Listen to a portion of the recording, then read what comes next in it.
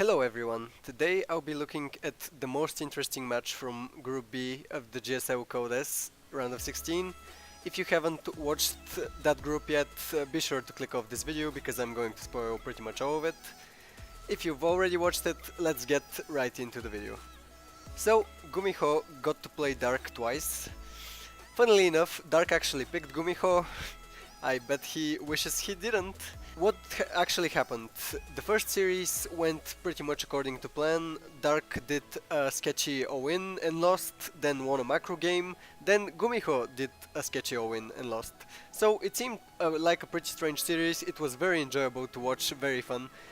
But then the two of them got to meet again because Dark couldn't beat Rogue in TvZ to save his life. But GuMiho managed to eliminate Innovation in a pretty convincing TvT. In the final match of the day, Dark once again opened with a different all-in, Nidus all-in this time, lost again, understandable, then went into a macro game and won.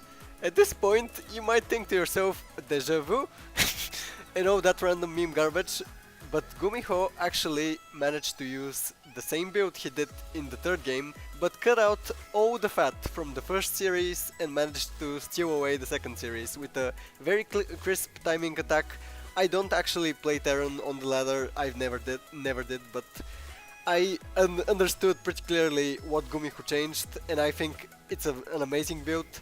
Any one of you could use it to get wins. It's such a crisp timing attack, and he pretty much played off Dark's own memory of the third game from the first series, because he basically showed him a lot of the same stuff, but with some key changes that pretty much changed everything, and of course changed the outcome to the point where GuMiho is now in the round of 8 and Dark once again is out in the round of 16 by the guy he picked to be in his group.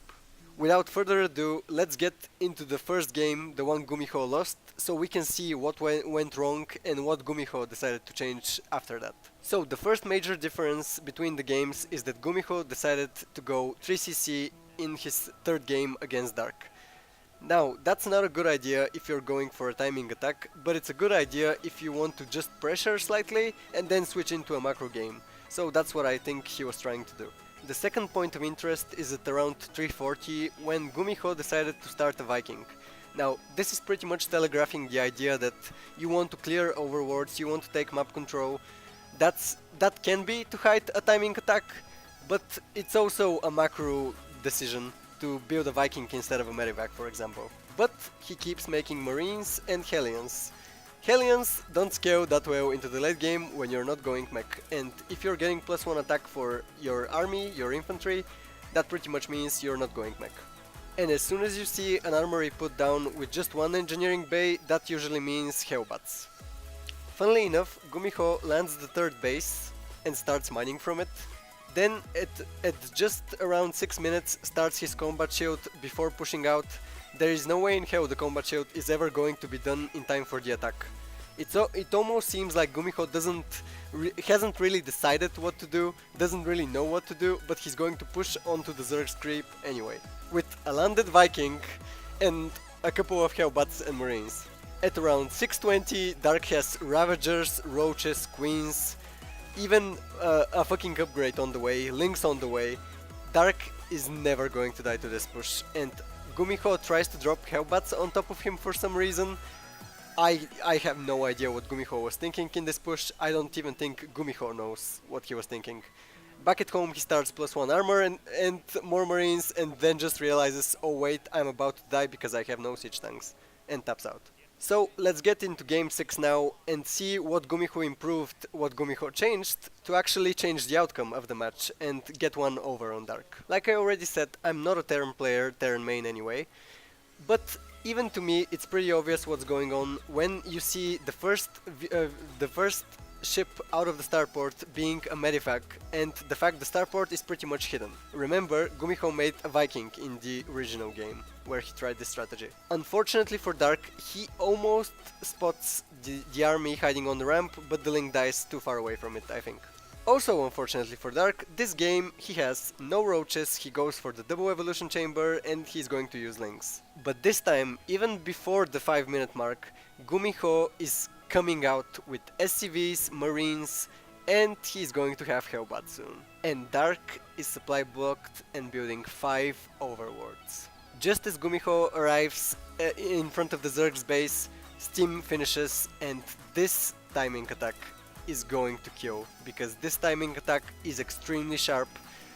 GuMiho hasn't built any more SCVs after reaching about 30. He is doing whatever he wants, he gets between the two rally points, the queens are isolated from the links, and vice versa, obviously. There are some cute micro tricks going on. GuMiho is a very good player, surprise surprise. He micros carefully around the Spore Crawler, tries to target down the queens, tries to not oversteam because he has just one Medivac. This is an extremely fast attack and is very micro intensive, I must admit, so maybe not everyone can pull this off, but the way he hit it and the way he modified his original attack, you have to check the two timings. Maybe I'll put the two games side by side so you can see clearly what the difference is, but Dark had no way of holding this one.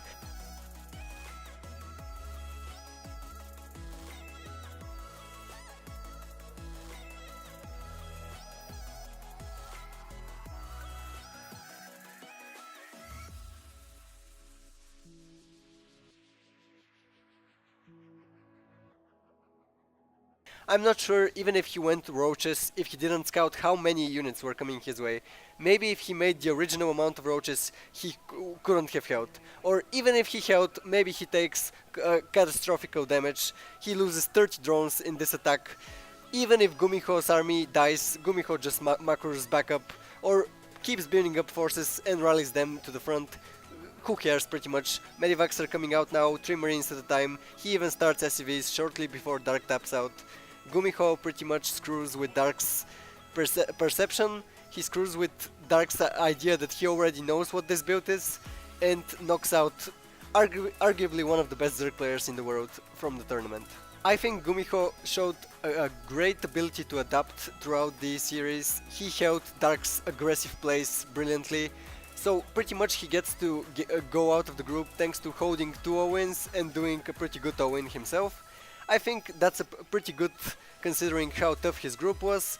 He absolutely monstered innovation, that TvZ was something else. But I don't think I'm intelligent enough / knowledgeable enough in TvZ to break down that series, so instead I decided to take it in my area. I know what Zerg is about, and I can firmly tell you, Dark got absolutely duped thanks to that 3rd game. The 6th game was GuMiho's greatest achievement in this group, regardless of how good his TvZ was. I'm very excited to watch the last 2 groups of Codes round of 16. Hopefully Linok can make it out, so Zerg doesn't feel completely screwed. Zerg Brothers Unite. But I'm mostly hoping for good games, and if there are interesting games, I'll break down those as well. I also plan on doing a short post round of 16 overview after it gets finished on Saturday or possibly Sunday if I'm too busy, so be on the watch out for that as well. Thanks as always for watching, I hope you guys liked the video. See you next time, whenever the fuck that is. Bye.